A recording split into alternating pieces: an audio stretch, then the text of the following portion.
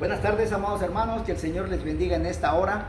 Vamos a comenzar con la enseñanza, ¿verdad? Y continuar con la historia del libro de Daniel, ¿sí? En la revelación del sueño que tuvo con Nabucodonosor, ¿verdad? Ya vimos que Nabucodonosor le revela el sueño que el faraón, Nabucodonosor había tenido, pero que había olvidado. Se lo revela. Pero después el gobernante no se queda contento nada más con la revelación del sueño. Quiero su interpretación. Y Daniel, por medio del Espíritu Santo de Dios, así que ya lo había llenado de sabiduría, de inteligencia, ¿sí? Ahora le interpreta el sueño, ¿sí? Le reveló una imagen y le interpretó que esa imagen traía 4 metales, ¿sí? Y aquí se nos revelan que cada parte de los reinos que iban a suceder después de Nabucodonosor o de Babilonia iban a ser más de más bajo valor comercial, ¿sí? Nabucodonosor era el oro, después vino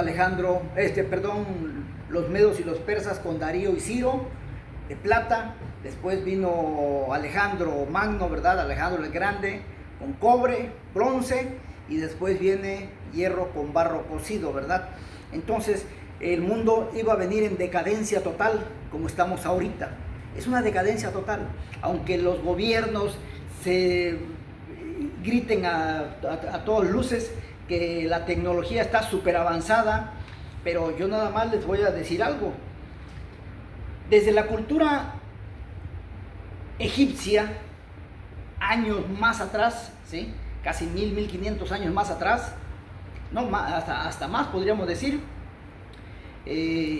la cultura egipcia manejada con José, cuando le revela el sueño al faraón, ¿sí?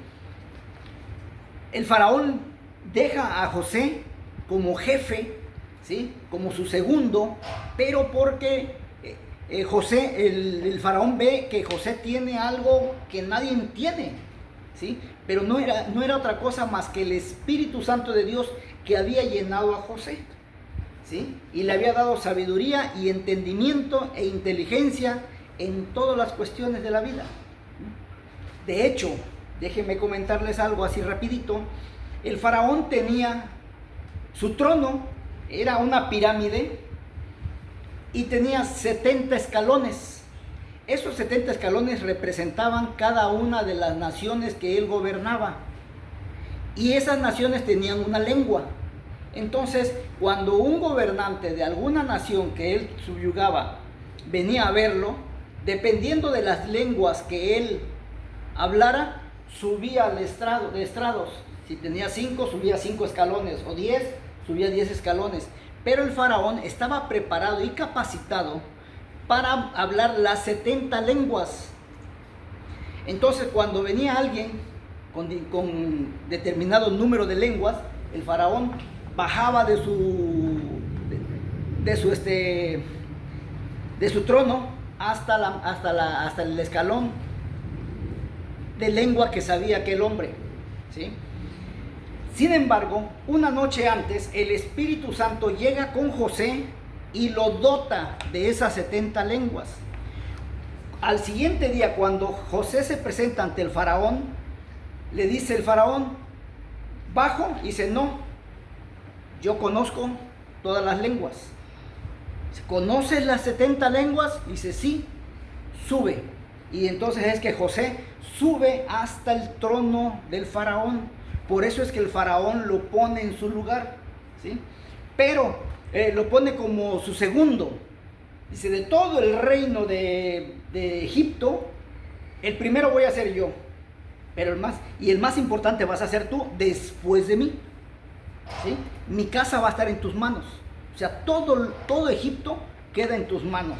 ¿Pero por qué? Porque Dios dotó a José de las 70 lenguas. Por eso es que nadie pudo refutarle nada al faraón, porque sabían que José estaba muy preparado, igual que todos ellos, ¿sí? ¿Y de qué forma le habló o le interpretó el sueño José al faraón? En la forma en la que él le fascinaba, en la forma en que él se desenvolvía, las pirámides. Nada más que a él le fascinaban las pirámides, pero no había hecho ninguna. Las pirámides se hicieron hasta que llegó José, porque las pirámides, amados hermanos, ya vimos en un segmento anterior, búsquenlos, estamos desde diciembre del 2024, día con día, búsquenme en Facebook y en YouTube, más Facebook porque es el que más he manejado. Pero las pirámides fueron lo que diseñó José para que ahí fueran los graneros, para que durante los 7 años de buena cosecha, ahí se guardaran los graneros, ¿sí? De hecho, ustedes pueden ver en Nat Geo, chéquense qué temperatura tienen las pirámides de Egipto por dentro. ¿Y saben qué grado tienen? 20 grados centígrados. Propicio para tener en fresco verduras, frutas y legumbres, ¿sí? Entonces, en esa época fue la más majestuosa de Egipto, y Dios bendijo a Egipto, ¿sí? Porque recibió a sus hijos, a los hijos de Jacob, lo bendijo también, dotándole de toda esa industria, toda esa historia que hoy podemos hablar de los egipcios. No me lo van a creer, pero esa infraestructura también vino a América, ¿sí? Porque yo vivo en México, particularmente en Cancún, y por aquí, por esta zona del sureste de México, hay pirámides. Pues esas pirámides datan de la época en la que estuvo José como gobernador en Egipto. Desde ese tiempo existen esas pirámides. O sea, José manejó todo el mundo por medio de ese sistema. Ahora, entonces José fue el que hizo las pirámides, y búsquenle y van a ver en qué fecha fue la más gloriosa del pueblo de Egipto, y van a ver que fue en la época que estuvo José sobre la tierra. Pero fue el Espíritu Santo de Dios el que le dio la sabiduría a José, como ahora se la da a Daniel. Nabucodonosor era un hombre vanidoso, orgulloso, ¿sí? Y era un hombre guerrero muy fuerte, y por eso es que Dios dijo: este es el que va a comenzar a gobernar el mundo, y le voy a quitar ese gobierno al pueblo de Israel. No lo voy a desechar, lo voy a parar aquí, le voy a poner un paréntesis. Ustedes se aguantan tantito.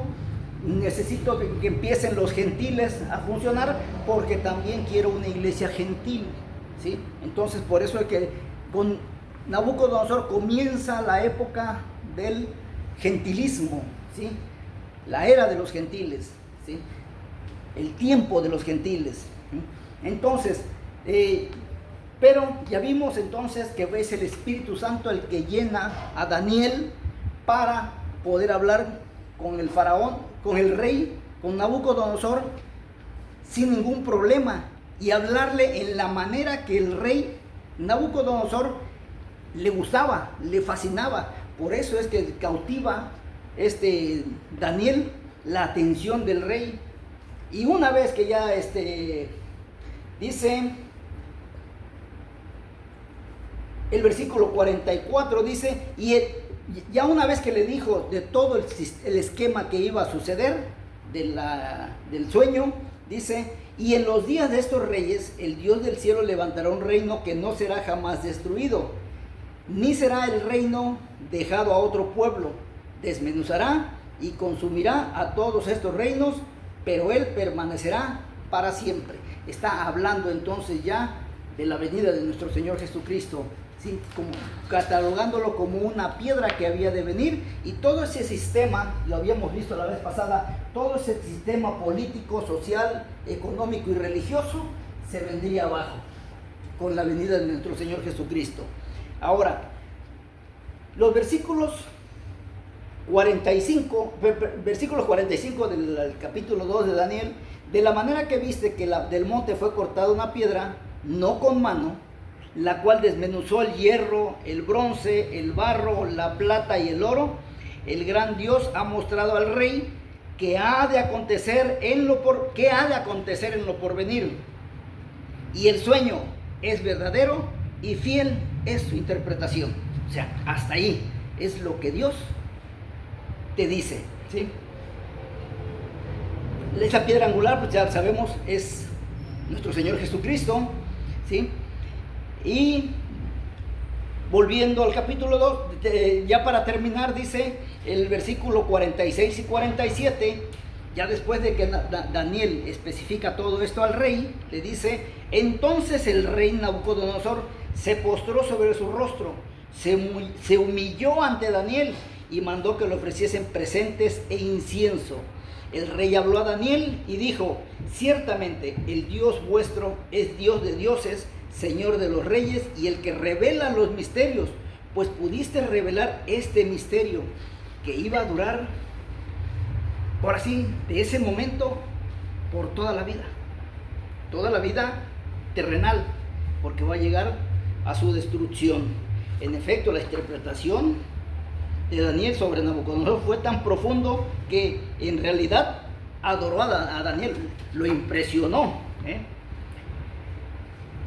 Los versículos 48 y 49 dicen, que son los últimos: entonces el rey engrandeció a Daniel, tal como lo hizo el faraón con José. Fíjense qué maravilloso. Y le dio muchos honores y grandes dones. Mucha atención. Y le hizo gobernador de toda la provincia de Babilonia y jefe supremo de todos los sabios de Babilonia, ¿sí? Y Daniel solicitó al rey y obtuvo que pusieran sobre los negocios de la provincia de Babilonia a Sadrach, Mesach y Abednego. Y Daniel estaba en la corte del rey. Aquí vemos que el Espíritu Santo de Dios es quien obra de una manera maravillosa, silenciosa. Amados hermanos, lo que les voy a decir a muchos les va a doler, les va a dar coraje, se van a enfatuar, se van a enojar conmigo, ¿sí? Pero las cosas se tienen que decir como son. El Espíritu Santo, amados hermanos, es de orden, no de desorden. El Espíritu Santo de Dios nunca va a provocar que el hombre ande como perro sarnoso sacudiéndose en el templo, como un perro con pulgas, un perro con garrapatas. El Espíritu Santo no se desarrolla de esa manera en el hombre. El Espíritu Santo es santo, es pulcro. Dejen de estar haciendo esas actividades, ¿sí? Porque eso, nada más les recuerdo que dice las Sagradas Escrituras que del altar del Señor que está en el templo te puedes burlar. De lo que hay en el altar, las flores y lo demás, te puedes burlar. De las ofrendas del altar te puedes burlar. Pero del Espíritu Santo, el que se burla del Espíritu Santo, no tiene perdón. En esta vida que tenemos nuestro cuerpo terreno, de carne, como en la otra, que es la espiritual, que te va a mandar Dios al infierno. Deja de andar haciendo esas actividades. El Espíritu Santo no se manifiesta como si fuera un perro sarnoso, ¿sí? Así que esos que andan, que se mueven de esta manera, o que andan bailando, los danzarines, que andan como prostitutas, ¿sí? Entonces, dejen de estar haciendo esas actividades. El Espíritu Santo, santo es. Porque el Espíritu Santo es la esencia de Dios Padre y es la esencia de Dios Hijo. Entonces es una esencia, no es una vulgaridad. Que Dios les bendiga. Soy Juan Carlos Muñoz. Mañana comenzamos con el capítulo 3 de Daniel.